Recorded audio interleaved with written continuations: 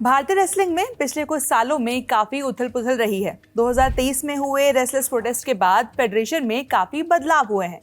पूर्व अध्यक्ष बृजभूषण सिंह पर आरोप लगे थे। इस मामले में अभी केस चल रहा है। इस बीच लगभग 3 साल बाद बृजभूषण का गढ़ कहे जाने वाले गोंडा में महिला रेसलिंग की वापसी हो रही है। गोंडा में होने वाले इस आयोजन को लेकर विवाद भी है और टूर्नामेंट को लेकर के सवाल भी उठ रहे हैं।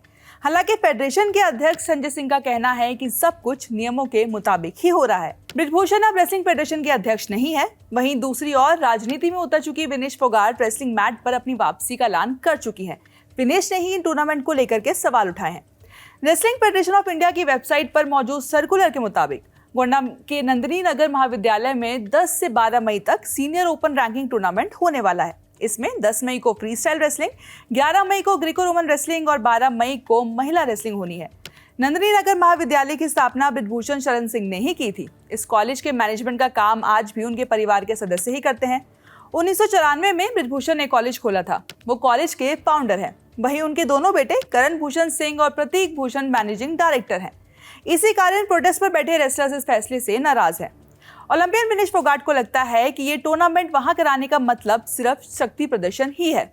उन्होंने ललन टॉप से बातचीत में कहा, सरकार आंखें बंद करके बैठी है। गोंडा में ये सीरीज सिर्फ इसलिए करवाई जा रही है क्योंकि वो यानी कि बृजभूषण शरण सिंह ये दिखाना चाहते हैं कि अभी भी सब कुछ उनके हाथों में है। वो जैसा चाहे वैसा कर सकते हैं।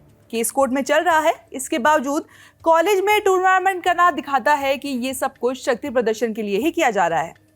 विनेश ने यहाँ ये भी दावा किया कि कई रेसलर्स गोंडा जाने में सहज महसूस नहीं कर रहे हैं। वो ये बात विनेश के सामने रख चुके हैं, लेकिन वो संजय सिंह या WFI के किसी भी अधिकारी को सीधे तौर पर मना नहीं कर पा रहे हैं। उनके अंदर डर है कि अगर वो कुछ भी कहेंगे तो इसका असर उनके करियर पर होगा। विनेश ने बताया, जो कुछ बीते सालों में हुआ है उसके बाद खिलाड़ियों और उनके परिवारों के दिल में डर है। परेशानी ये है कि कोई भी आगे आकर मीडिया से बात नहीं करेगा। हर किसी को इस बात का अंदाजा है कि फेडरेशन संजय सिंह और बृजभूषण के खिलाफ कुछ भी कहने पर उनका करियर हमेशा के लिए खत्म किया जा सकता है। खिलाड़ी इस कंफ्यूजन में है कि ऐसी स्थिति में वो करे क्या। गोंडा की स्थिति पर बात करते हुए विनेश ने आगे कहा, गोंडा में सब कुछ बृजभूषण के हिसाब से ही होता है। अंपायर, रेफरी से लेकर के वहां मौजूद अधिकारी सब बृजभूषण के लिए ही काम करते हैं। ऐसे में अगर वो किसी खिलाड़ी को आगे नहीं बढ़ाना चाहते हैं तो उनके लिए सब करना बहुत आसान होता है। वहां ना तो खिलाड़ियों के रहने के लिए सही जगह मौजूद है, ना ही उनके खाने पीने की ठीक व्यवस्था है। फेडरेशन किसी भी तरह की जिम्मेदारी नहीं लेता है। खिलाड़ी जिस लॉज या धर्मशाला में रुकते हैं वो भी स्टेडियम से काफी दूर है। ऐसे में रात के समय महिला रेसलर्स को बहुत परेशानी होती है। विनेश फोगाट ने इस दौरान कई और आरोप भी लगाए हैं। उनका कहना था कि रेसलिंग फेडरेशन ऑफ इंडिया का काम अभी भी करण भूषण के दिल्ली के सरकारी बंगले से ही चल रहा है। ये बंगला पहले बृजभूषण सिंह के नाम पर था और अब ये बंगला उनके बेटे करण के नाम पर है, जो कि कैसरगंज के सांसद हैं।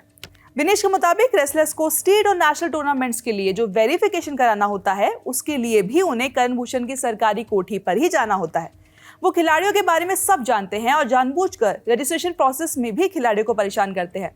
जो खिलाड़ी विनेश से जुड़े हुए हैं या फिर धरने का हिस्सा थे, उनके डॉक्यूमेंट्स में कुछ ना कुछ कमी की बात कहकर उनके फॉर्म रिजेक्ट किए जा रहे हैं। इस कारण खिलाड़ी बड़ी प्रतियोगिताओं में हिस्सा नहीं ले पा रहे हैं। विनेश ने बताया, सब कुछ पहले जैसा ही हो रहा है। अभी भी फेडरेशन का सारा काम करण भूषण के घर से ही होता है।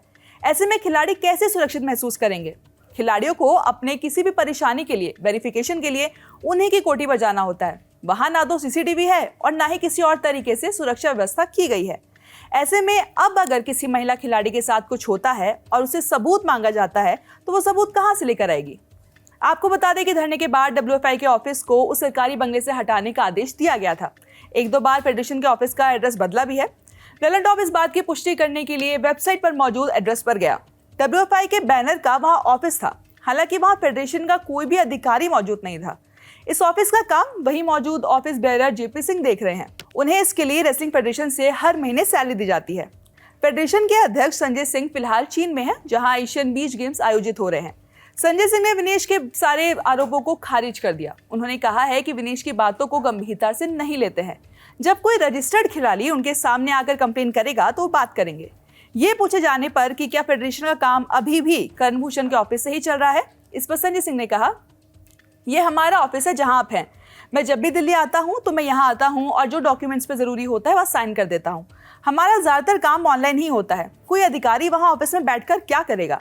जिसे किसी भी तरह की परेशानी होती है वो सीधे मुझे फोन करे। मेरा नंबर वेबसाइट पर मौजूद है, ईमेल भी कर सकते हैं। गोंडा में टूर्नामेंट कराने की बात पर भी संजय सिंह का कहना है कि इसमें कुछ भी गलत नहीं है।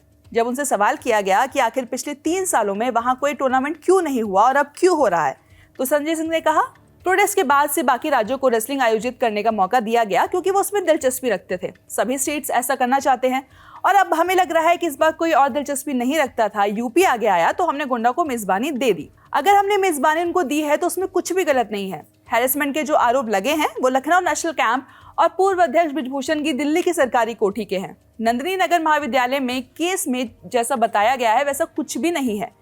इंफ्रास्ट्रक्चर और बाकी सारी चीजें बहुत अच्छी हैं, इसी कारण हमने टूर्नामेंट यहाँ कराया है और इसमें कुछ भी गलत नहीं है। संजय सिंह ने यहाँ ये भी साफ किया कि टूर्नामेंट के दौरान यानी कि गोंडा में होने वाली रैंकिंग सीरीज के दौरान बृजभूषण वहां मौजूद रहेंगे।